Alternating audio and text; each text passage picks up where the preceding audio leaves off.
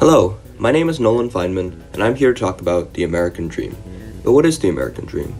Well, many people have differing opinions on what it means, but based on the people I have talked to and stories I've read, I think I have a pretty good idea of what America can mean for people.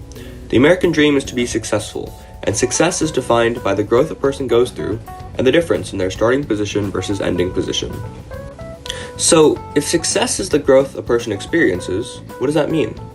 Well, someone that goes from a very disadvantageous position to a much better position has had more success than a person from a fairly good position to a slightly better one, even if the final result of the second person is better than the first.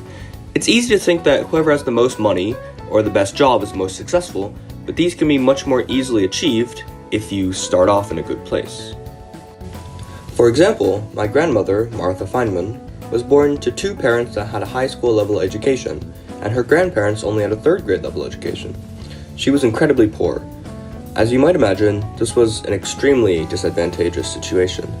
Even after marrying at 18, having two children, then divorcing, she still went through all of college while taking care of her children.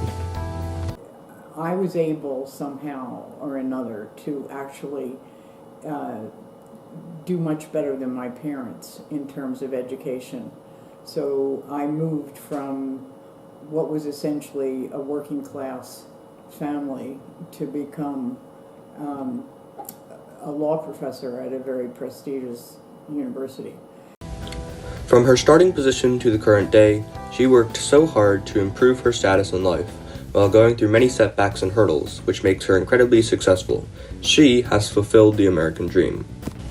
Now, let's look at a fictional character from a play called Death of a Salesman. For those of you that do not know, Death of a Salesman is a play about a family living in urban Brooklyn. The main character is the father Willie, and the story also follows his two sons Biff and Happy, and his wife Linda. Willie starts out as not a very wealthy man, and he finds what he thinks is his dream job, selling. He sells his goods many places, but still does not make much money. His life in terms of progression stagnates, as his familial relationships suffer and his societal status declines. At the end, he takes his own life in exchange for some money. He overcame some hardships, but never really went anywhere with his life, actually decreasing his status instead of increasing it, meaning he was not able to achieve the American dream of success. Going back to another example of someone that overcame a lot of obstacles and rose well above their status, I'm going to talk about my mother. I came here when I was 16, so I was junior, and that is the year most high school students are getting ready to take their SAT, ACT, getting ready to apply for college. And I had just arrived here with little English. She lived with some family connections in San Francisco while the rest of her family stayed in Taiwan. She failed many classes due to this language barrier that took her immense work to overcome. Despite that, she kept working and didn't give up even when it seemed impossible.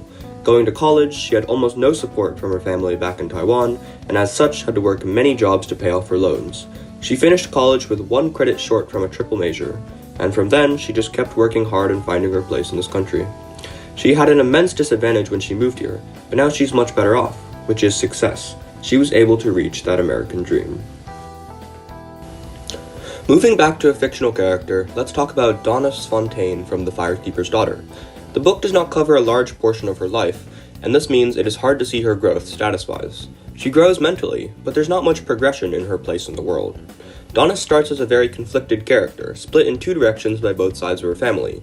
She's confused and unsure of herself. By the end, she's more confident and able to combine both sides of her family to create a new perspective for her to live by. However, this doesn't really count as fulfilling the American dream, because she hasn't actually improved much from her starting position. It's likely that she will achieve it in the future, but just in the reading of the book, Donna hasn't made a big enough growth in her life.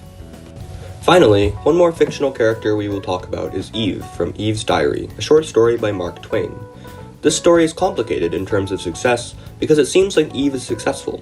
She meets Adam in the Garden of Eden and falls in love with him. Even once they are kicked out of the Garden of Eden, she still devotes her entire life to him. However, although she may be happy, this is not success. Her status and overall position in the world has been severely demoted.